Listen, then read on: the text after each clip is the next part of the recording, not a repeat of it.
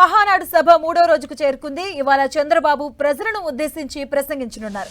దాదాపు 140 ఎకరాల్లో ఏర్పాటు చేసిన భారీ బహిరంగ సభకు లక్షలాది మంది టీడీపీ కార్యకర్తలు తరలి వెళ్తున్నారు. మధ్యాహ్నం 3 గంటలకు సభ ప్రారంభమైంది. ఇక ఉదయం నుంచే నేతలు కార్యకర్తలు సభా ప్రాంతానికి తరలి వస్తున్నారు. ఇక ఈ మహాసభలో సీఎం చంద్రబాబు ఏం మాట్లాడతారు అనే దానిపై టీడీపీ అభిమానులు ఆసక్తిగా ఎదురుచూస్తున్నారు.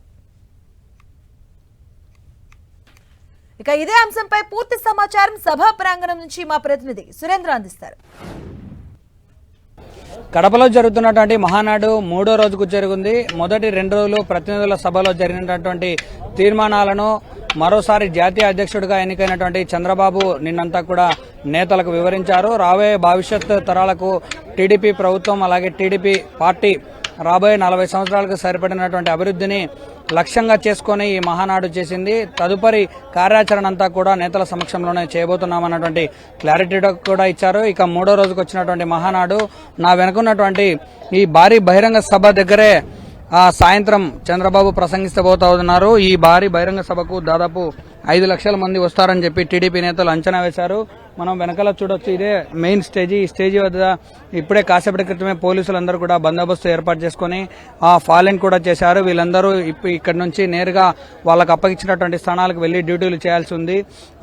దానితో పాటు స్టేజీకి కూడా క్లియరెన్స్ చేయడము, అలాగే వీవీఐపీలను ఎలా ఎంట్రీ ఇవ్వాలి, వీఐపీలకు ఎలా ఎంట్రీ ఇవ్వాలి, అక్కడ వచ్చేటువంటి సభాస్థలం మీద ఎవరెవరిని అలౌ చేయాలి అన్నటువంటి క్లియర్ ఇన్స్ట్రక్షన్స్ పోలీసులకైతే ఉన్నట్టుగా తెలుస్తోంది. దాదాపు ఈ సభ పైన 400 మంది నేతలకు కుర్చీలు కూడా ఏర్పాటు చేశారు. వాళ్ళందరూ కూడా కూర్చొని అలాగే ప్రసంగానికి సంబంధించినటువంటి వీలైనటువంటి అన్ని విషయాలు ఇక్కడ నుంచే వెల్లడించే అవకాశం ఉంది. రాష్ట్ర నలుమూల నుంచి వస్తున్నటువంటి కార్యకర్తలకు అన్ని రకాల ఏర్పాట్లు పూర్తి చేశారు. అలాగే పార్కింగ్ విషయానికి వస్తే 4 ప్రధాన కూడళ్లను ఏర్పాటు చేసుకుని ఇటు రాయచోటి సర్కిల్ నుంచి ఒకటి, రాజంపేట సర్కిల్ నుంచి ఒకటి, ఆ తర్వాత పులివెందుల సర్కిల్ ఒకటి, తర్వాత కర్నూలు జాతీయ రహదారి సర్కిల్ ఒకటి, వాటి మీదుగా నేరుగా సభా ప్రాంగణానికి వచ్చే విధంగా అన్ని రకాల ఏర్పాట్లతో పాటు అక్కడ సూచిక బోర్డులు ఏర్పాటు చేశారు. అలాగే నేతలకు కూడా అప్పగించినటువంటి డ్యూటీలు నేరుగా ఇక్కడికి ప్రజల్ని తీసుకొచ్చేటువంటి బాధ్యతలు కూడా వాళ్ళ మీదే పెట్టారని చెప్పవచ్చు.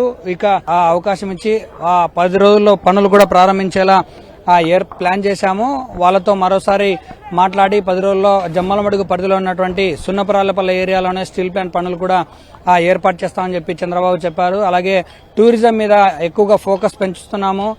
గండికోటలో రాయలసీమకు ఎక్కువగా ఉన్నటువంటి శ్రీకృష్ణ దేవరాయల విగ్రహాన్ని 100 అడుగుల భారీ విగ్రహాన్ని కూడా కేంద్ర ప్రభుత్వ సహాయంతో అనుమతులు తీసుకుని ఏర్పాటు చేస్తామని చెప్పి చంద్రబాబు సభలోనే క్లారిటీ ఇచ్చారు. అంటే ఈ 2 రోజుల పాటు జరిగినటువంటి ప్రతినిధుల సభలో కేవలం రాయలసీమకు చెందినటువంటి విషయాలను, రాయలసీమకు రాష్ట్రంలో అగ్రపీఠం వేస్తామని చెప్పి చెప్పినటువంటి చంద్రబాబు ఈరోజు భారీ బహిరంగ సభలో ప్రజలను ఉద్దేశించి భవిష్యత్ కార్యాచరణ, పార్టీ లక్ష్యాలు, అలాగే తీసుకున్నటువంటి నిర్ణయాల గురించి ఎలాంటి కామెంట్స్ చేస్తారు అన్నటువంటి విషయాలపైన ఇక్కడికి వచ్చే సభకొచ్చే ప్రజలు, కార్యకర్తలు, నేతలు అందరూ చాలా ఇంట్రెస్టింగ్ గా వెయిట్ చేస్తున్నారు. ఎకరాలతో పాటు చుట్టుపక్కల ఉన్నటువంటి 400 ఎకరాలు కూడా పార్కింగ్ స్థలాన్ని ఏర్పాటు చేశారు. ప్రత్యేకమైనటువంటి బస్సుల ద్వారా ఇక్కడికి సభా ప్రాంగణం దగ్గరికి ఒక్కొక్కరుగా చేరుకుంటున్నారు. వాళ్ళకు బస్సులకు అయితే ఒక చోట పార్కింగ్, వీఐపీలకు ఒక చోట, వివిఐపీలకు ఒక చోట, ఇలా ప్రత్యేకమైనటువంటి పార్కింగ్లు ఏర్పాటు చేసి నేరుగా డయాస్ దగ్గరికి వీఐపీలు వచ్చేలా